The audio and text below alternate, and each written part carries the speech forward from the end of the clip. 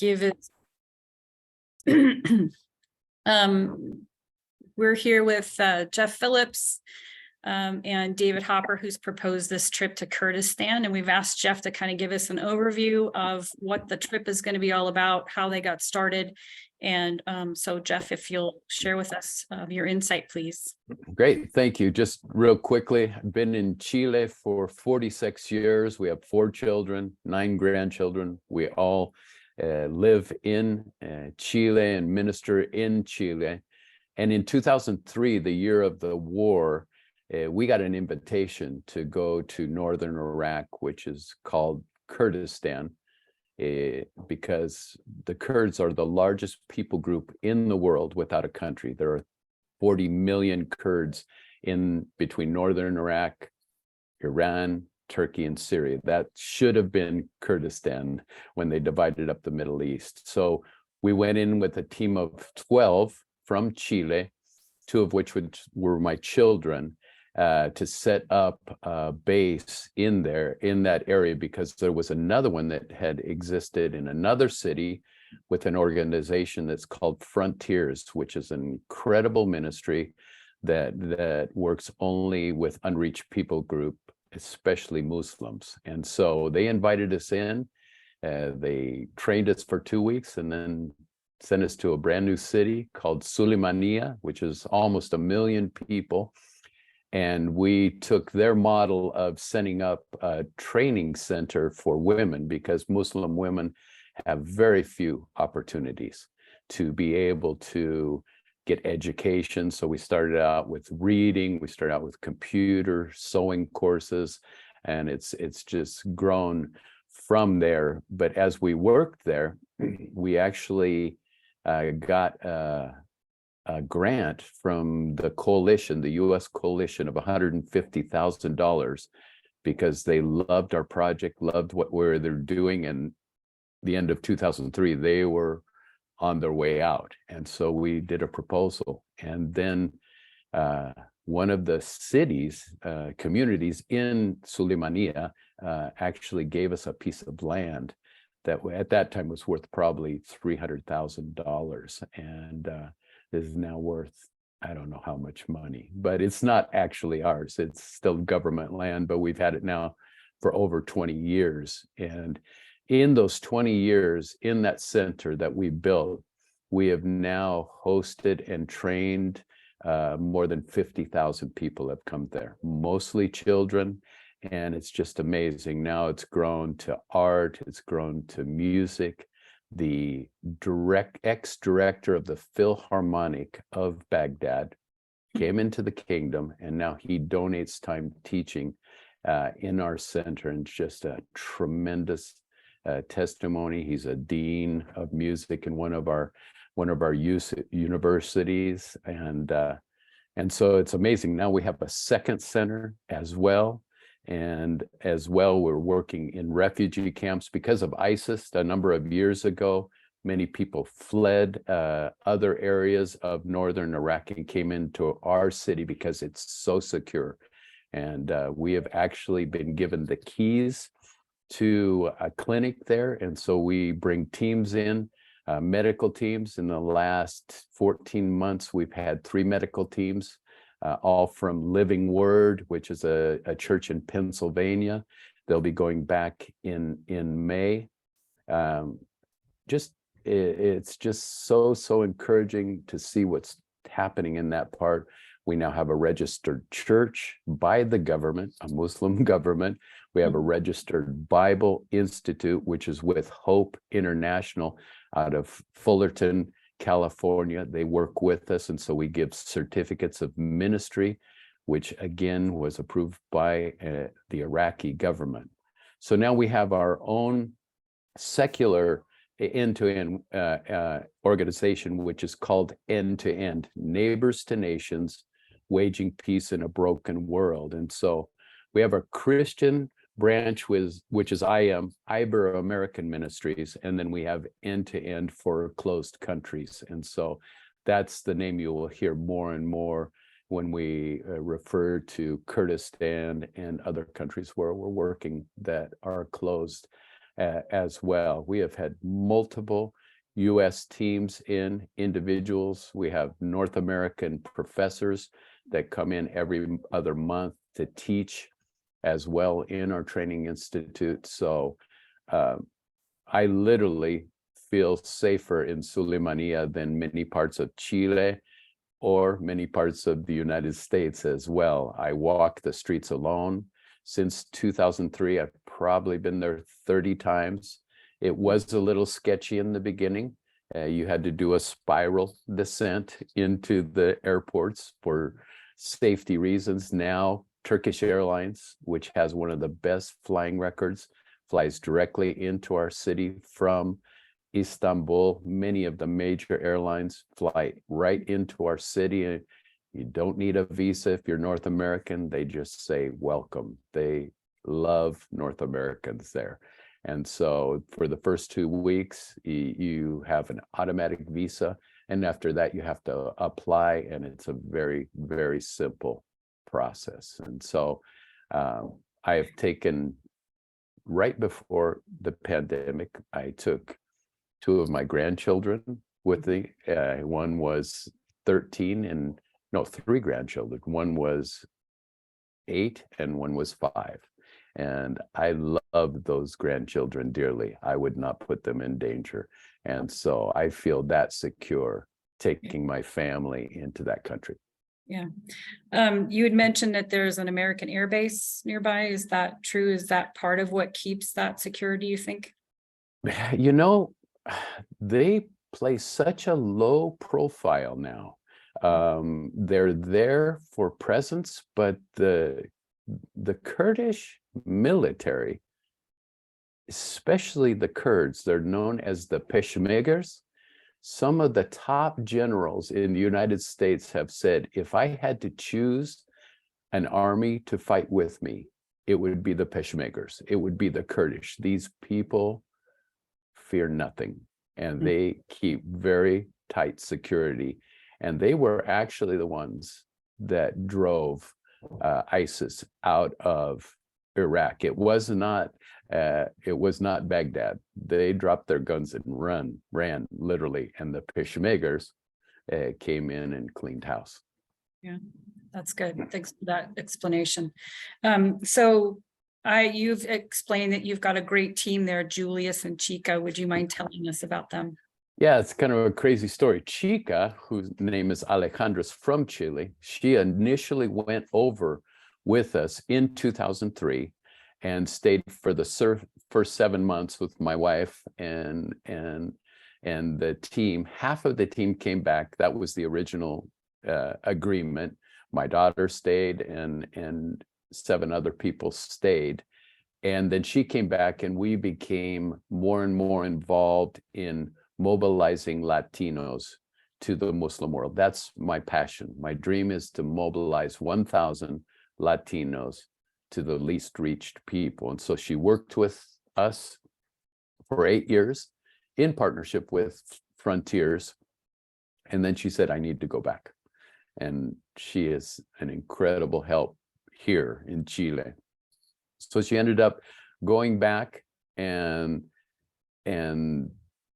just did an incredible job, made that work flourish.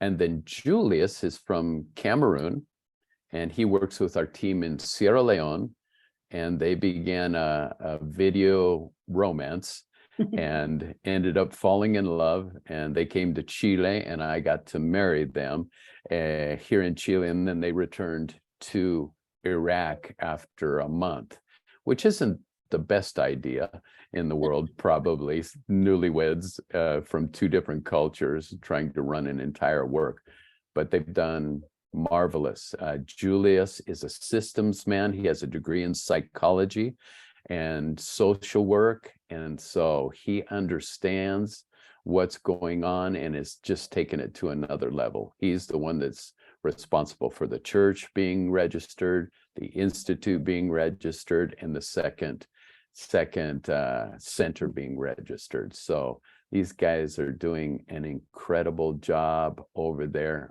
I'm so proud of them, and so that these 2 people, I just trust so much. They understand culture. They're actually to an advantage over a North American leader, because Muslims observe Latin America and Africa as an oppressed people. So they identify better than with the United States or with Europe. So that he has opened so many doors because of that. Wow. God placed him, huh? Specifically. Yeah, it's amazing. So we had, David and you had put together a trip and it commented on some other organizations we wanted to try to visit. So we'll definitely be able to see the end-to-end activities and the IAM activities, but there's also Student Youth Enhancement Organization. And then Kurdistan NAS volunteers. What's your familiarity with them?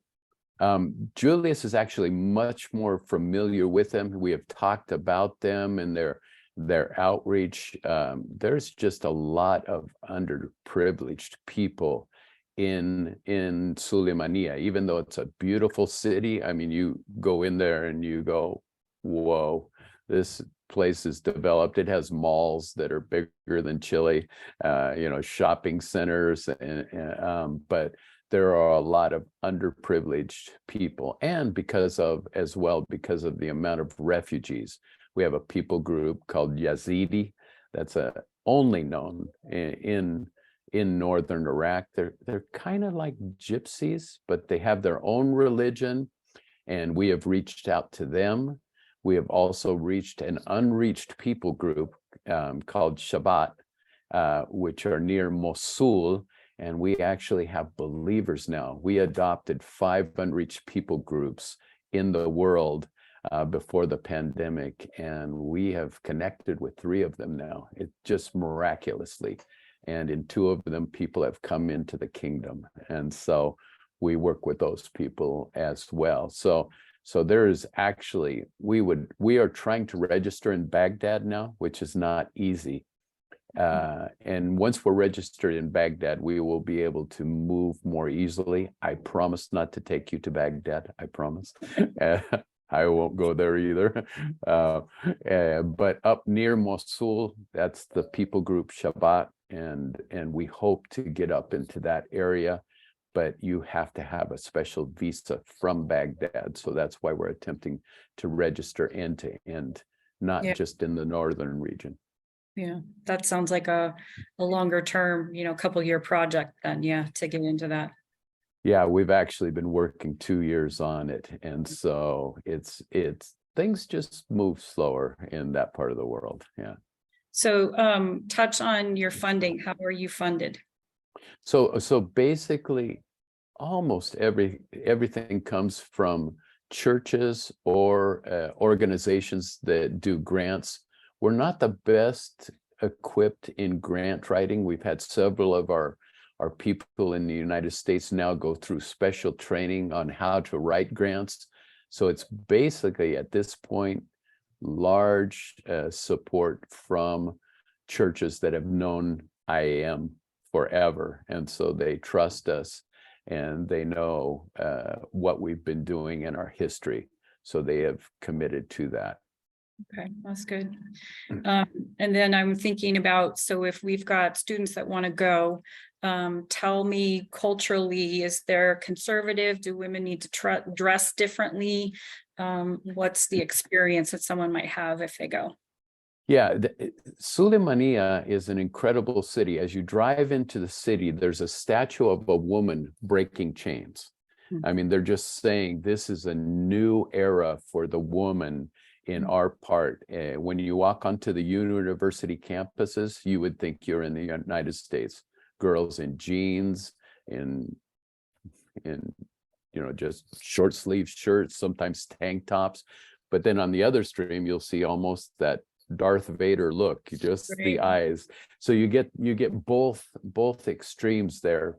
But by far, I would say it's 80% modern and 20% more fundamentalist in that way. So in our centers, you'll see 80% of the women without headgear. So they do not expect North Americans or foreigners to do that. And of course, we would we would greet on how you greet, because you know, the more fundamentalists, you wait till they put their hand out, and then you greet. In the camps, it's a little more conservative as well, but we have just an incredible outreach in those areas. Reception, you know, we're in all of the tents. They've been there now 7 years in these tents, and so they just love what we're doing.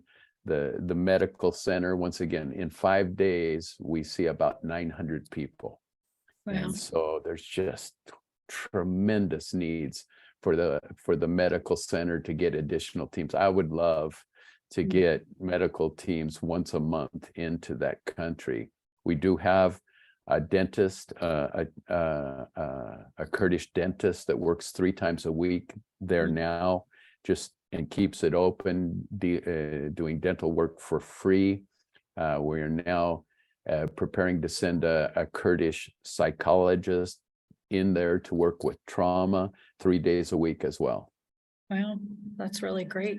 Wow, it's become quite the place. I would have never believed it 20 years Right. ago. Would have never believed it. Yeah. I love your heart for that. Anything I haven't asked you that you want to share?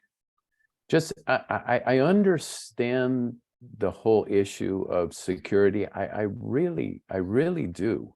I wouldn't put my family at risk, especially my grandchildren. But you know, as you look at, you need to be careful about what sites you go to, even the U.S. Embassy, right? Because it will say danger, kidnapping. I know of no kidnappings in our city. I also look at that same website and see that Mexico has the same skull and crossbars and kidnapping. But I know lots of churches and organizations that go to Mexico. They just know where to go. Yeah. There are areas that are safe, and there are areas that they will not go. And I would promise to do the same thing. And obviously, I would be with the team there. I have 20 years of experience, and we have Christian staff and we have Muslim staff. And the Muslim staff has very good connections with security and with the Peshmergas. One of our main administrators is the teacher of the Peshmergas, who are trying to get their high school degrees, and so they study at night. And so it just takes one phone call, and he is able to tell me what is happening in the city. So those are nice contacts to have. And these people would give their lives for us. I mean, they love us and we love them. Well, they need the connection. They need the support. They need to be seen and heard. Yeah. Yeah. Yeah. David, any thoughts from you, sir? I was, as he was talking, as Jeff was talking, which is always a pleasure. James 1:27 just came to my mind of, you know, reaching out to the widow, the poor, the orphan, the distressed. And I just always go back to Giving University's model of pouring gasoline on fire. This is the type of place where I think Jesus would be, and a type of place where the dollar given, the ability to help, is going to go so much further. I always believe in investing into people. And so when I see Jeff, and I've been following Jeff for about 11 years now, and where he's gone, I read his newsletters about this particular place that comes out often. I just see it as someone who we want to invest into the right people, where we could go in for, you know, 10 days, whatever it is, but what's going to be left behind could have a multiplying effect that goes far beyond us into the kingdom of God. And that's the kind of stuff I want to be involved in. And that's why I even brought it forth, because there's a lot of places where you go and it's nice, but then there's places where we can really make a difference that will last for an eternity. And that's what I sense with this one. And you have to find the right people. And that's what I think we have here. where it really will make a huge difference. I had nothing. I'm, I've never been, so I know nothing of it. All I do is try and invest into people, team build, and recruit and develop leaders. And so for me, it would just be another opportunity to learn from Jeff, and then to be any help I can be to those that might want to go. I am willing to go early on an earlier trip and be a scout if that's if that would be helpful, to be able to say to a leader, to a team going later, to be able to say, yeah, I was there, we're going to do this, this, and this, and it's going to be fine.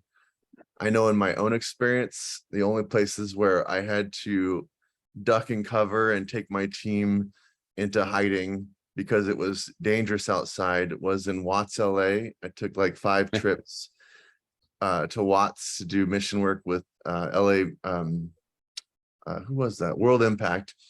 And then in Dallas, we had a situation where I had to get a team indoors because there was a shooting outside. Those are in America. So for me, I'm just like, I'm not worried about that aspect of it. Yeah. And because I know Jeff well and I trust him. So for me, it's, where would Jesus be? That's where I want to be. Nice. Love it. Thanks. And this may sound cliche, and I'm sorry if it does, but I truly believe the safest place in the world is in our Father's will.